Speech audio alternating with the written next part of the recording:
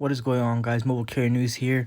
In this video, it basically says how millimeter wave is still growing at a slow pace, not a rapid pace. I thought it'd be growing fast because Verizon cleared up their C-band, and I mean all of it. They're still going in some places. They still got to turn on. I'm getting a lot of comments in my videos saying, this is still turned off. Verizon needs to turn this on. This is off.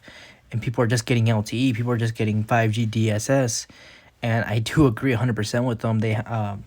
Verizon now, what's been what? Since it's now May?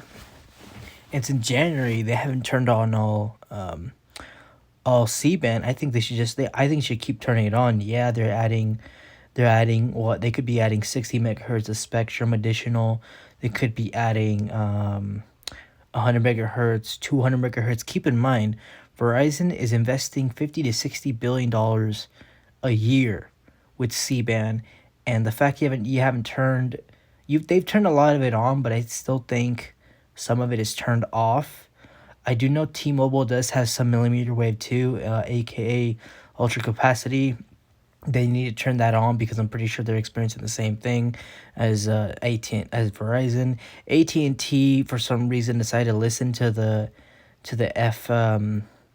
I think the FAA and just keep it off, because even though they got the clear, they still kind of bent over for the FAA for whatever reason. I don't know. AT&T is not as tough as nails as Verizon. Verizon just sent it. They didn't care.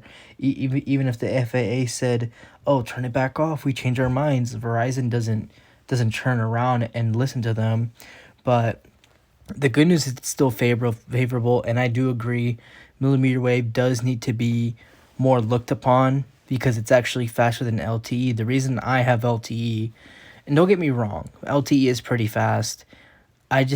In my area, there's only millimeter wave at the beach. Anywhere else, there's no millimeter wave. There's DSS, but the DSS in my area is just not good with the population. There's a lot of people that live next to the beach. It's like not a small population. But for some reason, Verizon doesn't want to focus on my area that much. Verizon just thinks, oh, we'll just slap millimeter wave next to the beach. That should solve the problem. We don't need to upgrade 5G DSS. It doesn't have to happen, which I think is ridiculous. But with millimeter wave in other places like LA, other base places like the beach, crowded areas, maybe a huge park, maybe a huge crowded area. I honestly do believe even Disneyland and big theme parks like I don't go to Legoland like I used to when I was a kid, but like these big theme parks, Universal Studios, it has to have millimeter wave, ultra capacity, ultra wideband. For AT&T's 5G plus, I really think it should have it because it's always packing a lot of people. I really don't think 5G DSS for any carrier can handle that much speed, because 5G DSS is slightly faster than the current LTE in any generation with the right modifications. If you can add 100 megahertz of 5G DSS, or if 200, it should be just as fast as millimeter wave. But millimeter wave just tops the cake and handle more congestion. It could if millimeter wave, let's say it's in a big crowded area, and you can do 1 gigabyte of speed to 500, everyone can handle it. Like, the tower is strong enough to handle it. And Verizon, I'm pretty sure they do tests. They test the analytics. They test how many people are using it. And if there's even a small decrease in that millimeter wave tower, Verizon will, I wouldn't say patch it, they will upgrade it so it can actually withstand that kind of speed. And I'm actually glad millimeter wave is being more looked upon. I do hope by 2023 it is more worked on and actually upgraded more.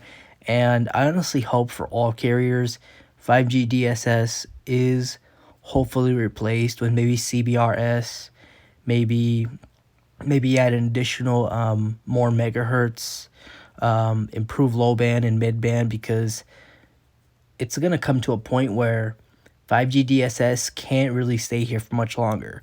I'm not saying it's useless. I just think it needs to be improved better because let's be honest, 5G DSS is kind of lame.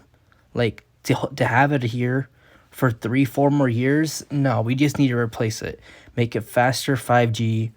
Add CBRS, like I said. Replace some of it with ultra capacity. Just it's not good for long term. It's only good here for short term. But I think all three carriers should be fine. I'm very curious to see how 2023 comes up. 2024 is going to be a game changer. I'm very excited to see what that holds for Verizon, T-Mobile, and AT&T. Let me know what you guys think about this. I hope you guys enjoyed this video. Subscribe for more videos like this, and I'll see you on the next one.